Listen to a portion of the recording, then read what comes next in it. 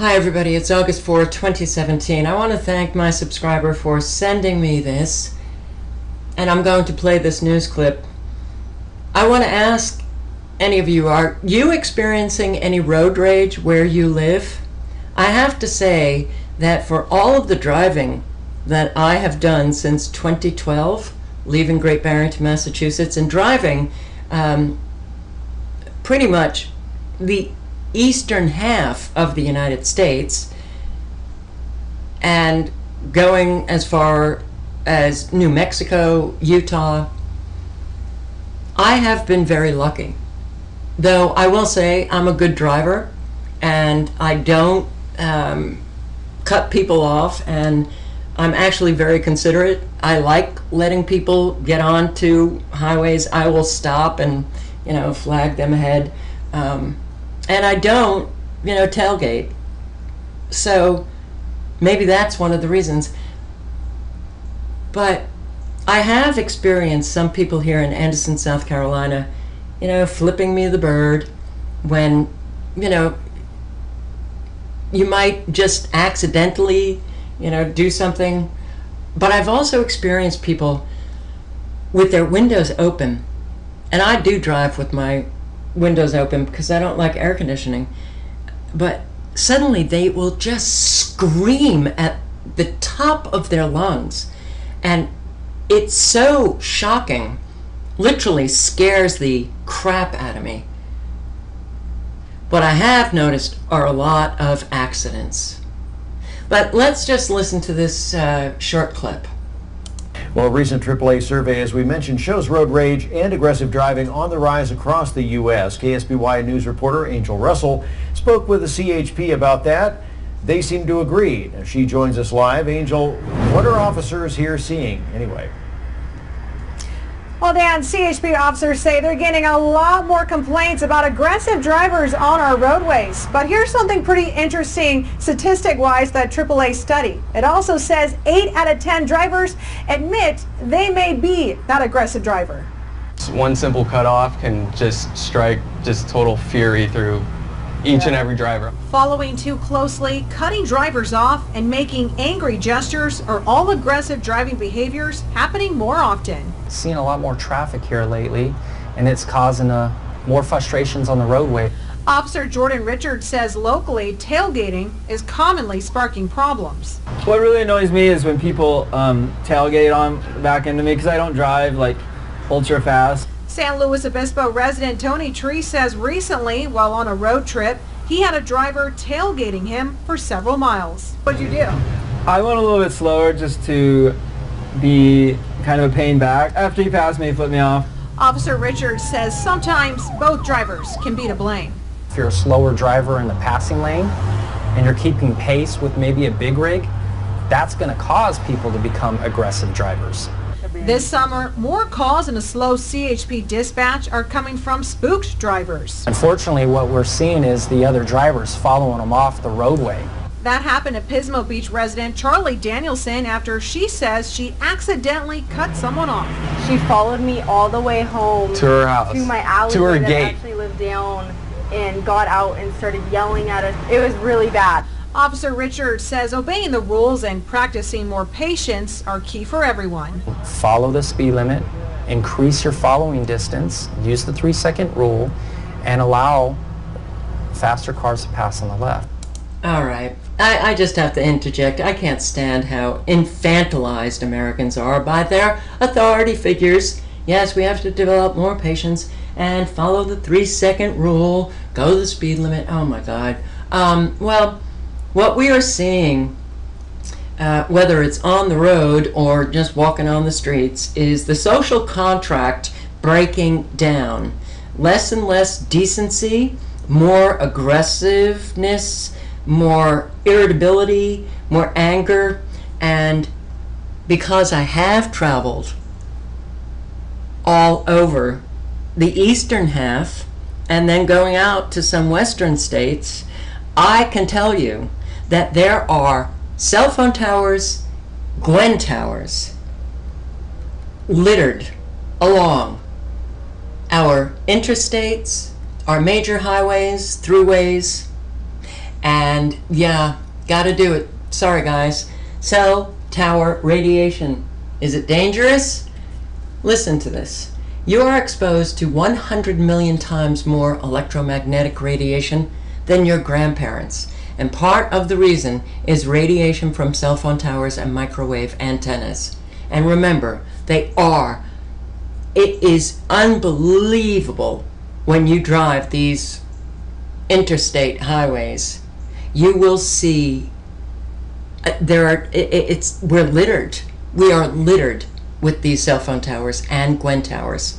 And very often you will see the Gwen towers and the cell phone towers. They are 3, 4, 5, 6 back to back. So the human population centers are flooded with massive amounts of powerful wireless microwave radiation. Cell phone towers emit high frequency radio waves or microwaves that can travel as far as 45 miles over level terrain. Now think about that. One cell phone tower can emit high frequency radio waves that can travel as far as 45 miles. So a 45-mile radius, well, where I'm living, I can tell you that within that 45-mile radius there are hundreds of cell phone towers, antennas, and Gwen towers, all emitting high-frequency radio waves that we are trapped in, can't escape from. And when you just think about one of these high-frequency radio waves traveling 45 miles, and those radio waves going right through you, affecting every cell, think about hundreds of them coming at all different directions. The saturation is so intense in this country. And yes, the health effects, headaches, memory loss, cardiovascular stress, low sperm count, birth defects, cancer, but they also have emotional effects. This is a 40-page PDF with a whole bunch of studies that show the effects of these electromagnetic microwave frequencies, and some of the studies show that they are producing neuropsychiatric problems and behavioral problems in people. Here, this one study showed that these frequencies cause headaches, sleep disturbance, discomfort, irritability, depression, loss of memory, dizziness, libido decrease, and women significantly more than men complained of headaches, nausea, loss of appetite, sleep disturbance, depression, discomfort, and visual perturbations, and I will attest to that. Microwave frequency electromagnetic fields produce widespread neuropsychiatric effects, including depression, aggression, irritability. Animal studies show such low-level microwave electromagnetic frequencies have diverse high impacts in the brain. 26 studies have electromagnetic frequencies associated with neuropsychiatric effects. Microwave frequencies, at least 13 neuropsychiatric effects. That's another study, including depression. And depression can be an agitated depression. And we've got an awful lot of international scientists who have done thousands of studies to prove that these frequencies are very dangerous. And not only are they affecting our physical health, but our mental, spiritual, and emotional well-being. I will link below to everything. These scientists have appealed to the United Nations to get countries to develop more protective electromagnetic frequency guidelines, encourage the precautionary measures, and to educate the public about health risks, particularly risk to children and fetal development. And then you think about all of the cell phone towers and the Wi-Fi in schools, but cell phone towers right smack on school property. So this is their appeal to the United Nations. We are scientists engaged in the study of biological and health effects of non-ionizing electromagnetic fields. Based upon peer-reviewed, published research, we have serious concerns regarding the ubiquitous and increasing exposure to electromagnetic frequencies generated by electric and wireless devices.